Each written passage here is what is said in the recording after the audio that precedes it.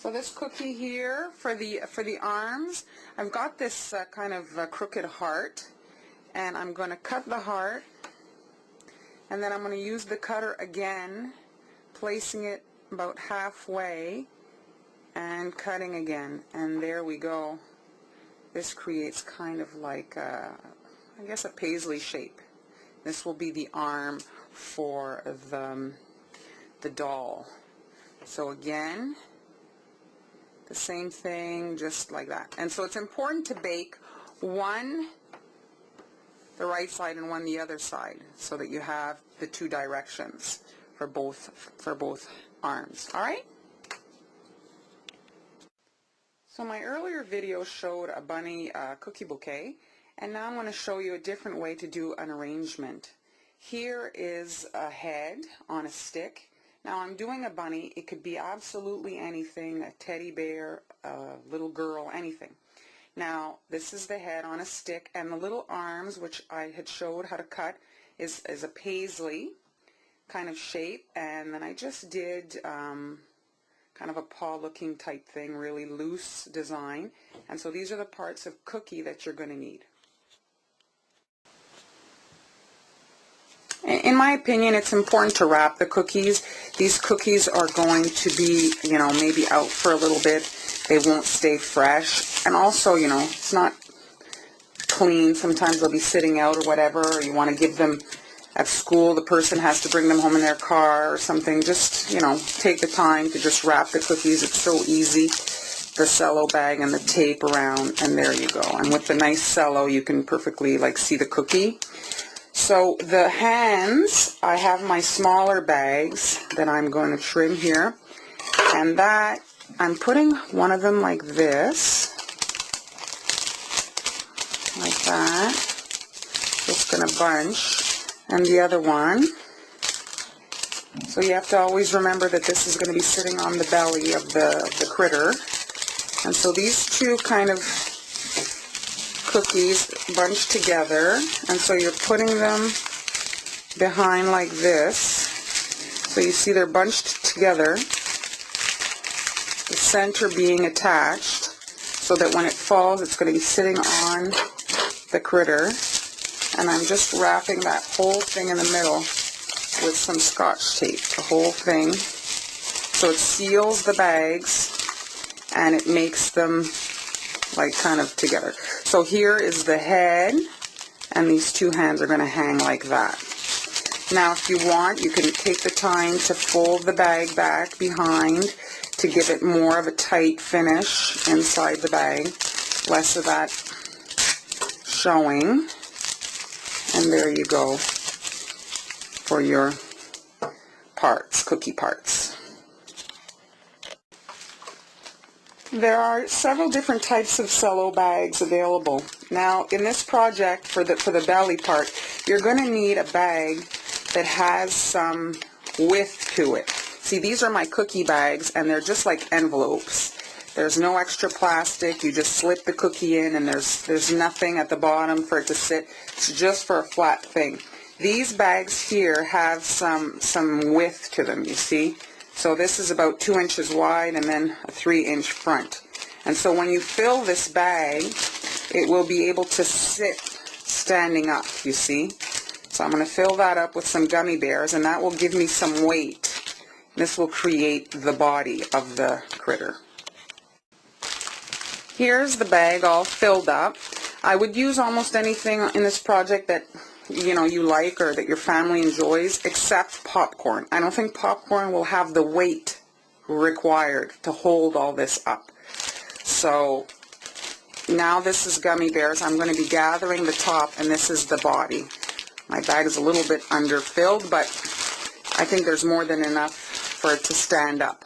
Now, same as if you watch the cookie bouquet, I have to trim my lollipop.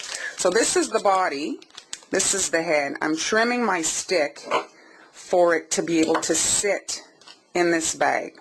Now, I don't want my lollipop stick to damage my bag, so different than the bouquet, I'm cutting it straight so that it isn't as sharp and so that it doesn't damage anything. Now, the length is important here so that it doesn't sink into because there's nothing really holding it other than the candy there. So it has to be the correct length. So I'm going to be putting my head in the bag. The next step is I'm taking the cookie and I'm putting it in the candy bag, and then I'm taking the excess bag around the neck of the critter, and I'm going to be wrapping that with tape to seal the two together. So this will become one piece. Now this is for the freshness of your candy and also to hold the whole thing together. My hands are a little greasy from the gummy bears, so the tape, there we go. So the weight of the candy is what's going to stand this up. So this is what it looks like. The other thing you're going to need is crepe paper. Crepe paper is, if you don't know what it is, it's pretty sturdy, and it has this kind of elasticity. When you stretch it, it doesn't rip, and it makes pleats, you know, and it's quite, makes a nice finished product. So I cut the crepe paper to be, like, this is going to be the sleeve of the critter.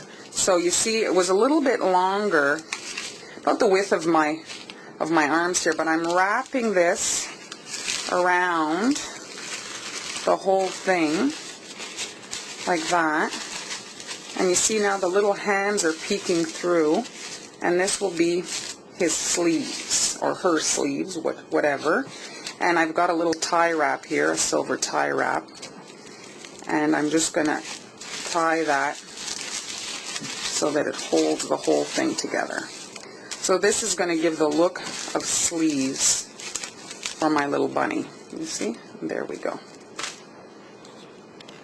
Next step is the crepe paper, the same thing to hide the body. So it's going to make like a dress. This is more kind of a girly project. So the width of the crepe paper has to be like double the width from the neck to the bottom to hide that bag part. Alright, so once you've got that, you can fold it, and I folded it leaving an inch separation to create kind of a ruffle.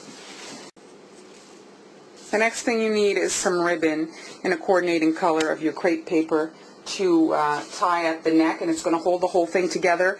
I just have some simple white, but you know, there's so many cute color combinations you could do. So now you take your bunny, okay, and now you're going to be putting the crepe paper around the body to hide everything.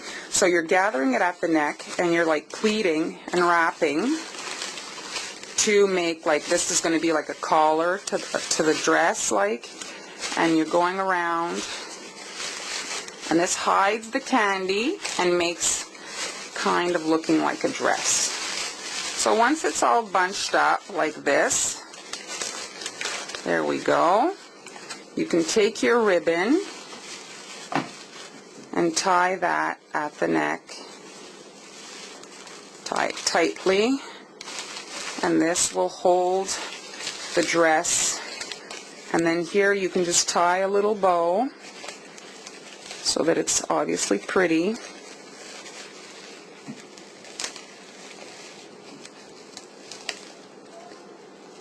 And then you can cut the tails to length.